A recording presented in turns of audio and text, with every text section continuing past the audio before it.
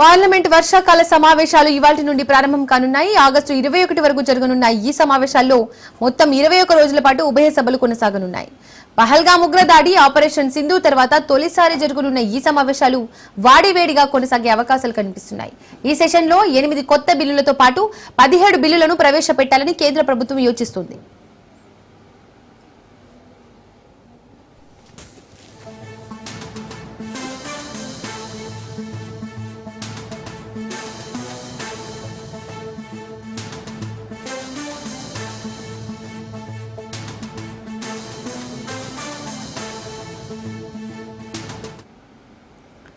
National sports governance bill, geo heritage sites, geo relics bill, mines and minerals సవరణ bill, national anti doping bill, Manipur వస్తు సేవల పన్ను bill, ఇతర బిల్లులను ఉభయ సభల ముందుకు తెచ్చేందుకు సిద్ధమైంది.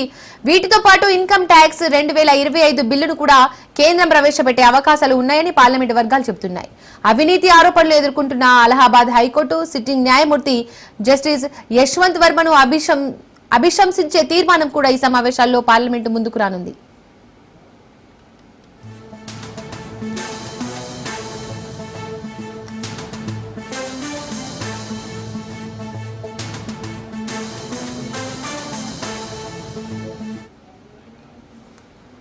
ఆపరేషన్ సింధూర్ తర్వాత ప్రత్యేక సమావేశాలు ఏర్పాటు చేయాలని ఇండియా బ్లాక్ పార్టీలు పట్టుపడ్డాయి. కానీ కేంద్ర ప్రభుత్వం ఈ విజ్ఞప్తులను పక్కన పెట్టింది. భారత్ పాక్ యుద్ధంలో 5 యుద్ధ విమానాలు నెలకూలాయని అమెరికా అధ్యక్షుడు డొనాల్డ్ ట్రంప్ చేసిన వ్యాఖ్యలు, కాల్పుల విరమణ కామెంట్స్ పై ప్రతిపక్షాలు నిలదీయనున్నాయి.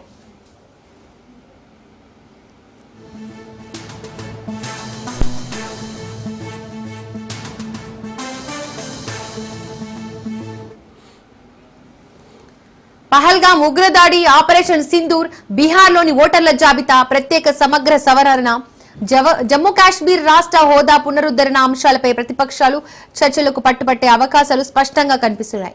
వీటితో పాటు మహిళలపై దాడులు, నిరుద్యోగం, ధరల పెరుగుదల, వ్యవసాయ సంక్షోభం, అహ్మదాబాద్ లో ఎయిర్ ఇండియా విమానం కూలిపోయిన ఘటన లాంటి అంశాలపై కేంద్రాన్ని నిలదీసేందుకు ఇండియా కూటమి, ఇతర పార్టీలు సిద్ధమయ్యాయి.